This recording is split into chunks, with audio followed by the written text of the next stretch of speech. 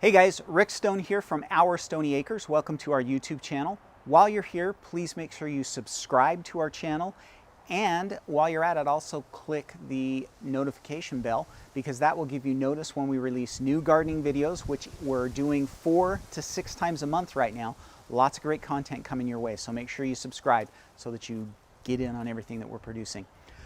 All right, so today we're moving into June. It's early June, and believe it or not, for some of you, it's time to start thinking about fall.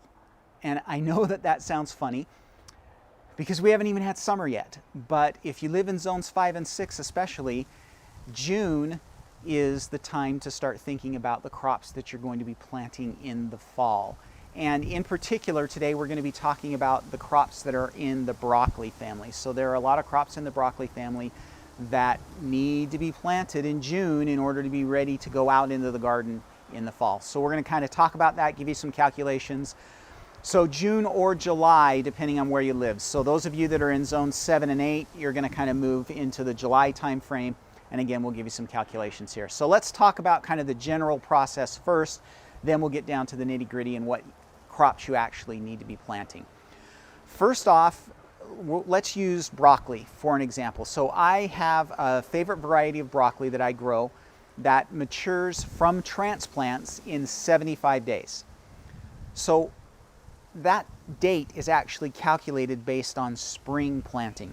So if you're planting in the fall, you need to make some adjustments to that. So if you've got a broccoli variety that matures in 75 days in the spring, add 10 days for your fall maturity date, okay? So any crop that you're gonna plant in the fall is gonna take at least 10 days longer to mature than it would in the springtime. Because in the spring, we have more sun. The sunlight is coming up and up and up. In the fall, it's actually going down and down and down. The days are getting shorter, there's less sunlight, and so it takes longer for those crops to mature. So that's the first thing you need to remember when you're dealing with all of this is add 10 days to whatever your maturity date is before you even start calculating when you're going to be planting, okay? Now, the next thing that's important for you to be able to determine when you should be planting seedlings indoors to transplant out for fall harvest is your first frost date in the fall. Now, I can give you some generalizations, but really you need to try and pin down your specific first frost date. You can do that by asking around, asking other gardeners in your area, or down in the link below, I've included some links to different websites that you can go put your zip code in, and it will give you an estimate of when your first frost will be. Now, let me give you a warning here. There's 3 links down there, and I went to each of those 3 sites, and they all gave me 3 different answers. One of them gave me a little bit better answer for my area because I know when my frost is, but just take what you're learning there with a little bit of a grain of salt and investigate further by asking people that garden in your area when that last frost date is, okay? First frost, sorry.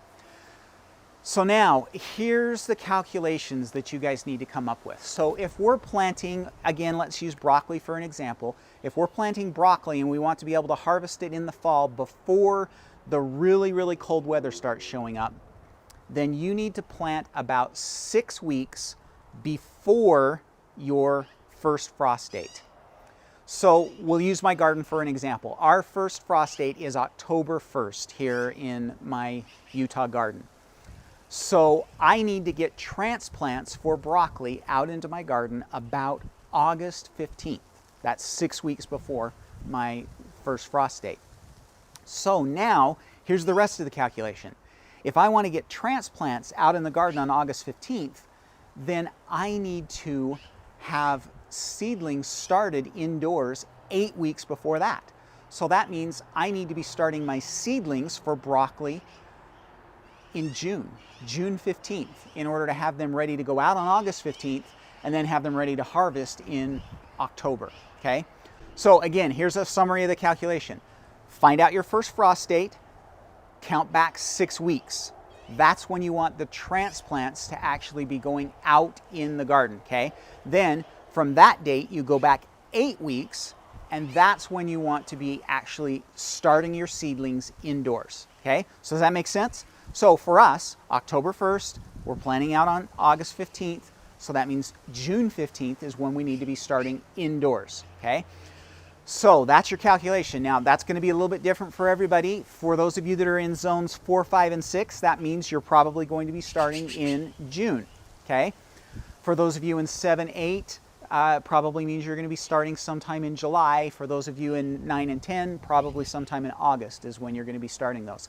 But I wanted to get this video out now because those of you that live in zones 4, 5, and 6 really need to get started on these seedlings here in June, okay?